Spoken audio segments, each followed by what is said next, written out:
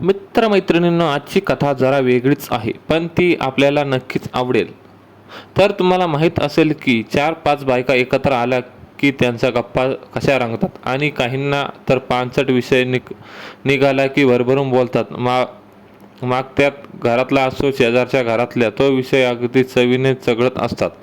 तर मित्रमैत्रिणी, मी आणि आई मावशीच्या गावावरून आल्यानंतर 2 दिवसांनी असेच दुपारी जेवण खाणं आवरून मी वरती माझ्या खोलीत आराम करत होतो.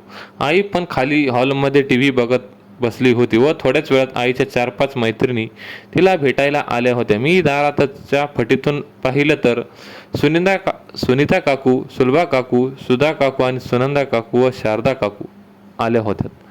त्यातल्या 3 जणी माझ्या अंगाखाली झोपलेल्या होत्या. मग आईने त्यांचं स्वागत केलं आणि सर्वच जणी तिथेच खाली बसल्या आणि मग चहा पाणी झालं. त्यांच्या गप्पा चांगल्याच रंगल्या होत्या व मी कान टवकारून ऐकत होतो. सुनीता काकू, काय हो वहिनी, कधी आलात गावावरून?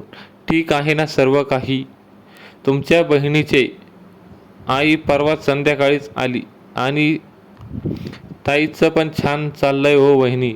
सुलभा काकू, वहिनी गावावरून आल्यापासून खूपच खुश दिसतात व तुमच्या चेहऱ्यावर अगदी वेगळीच चमक दिसते ग बाई मला तर.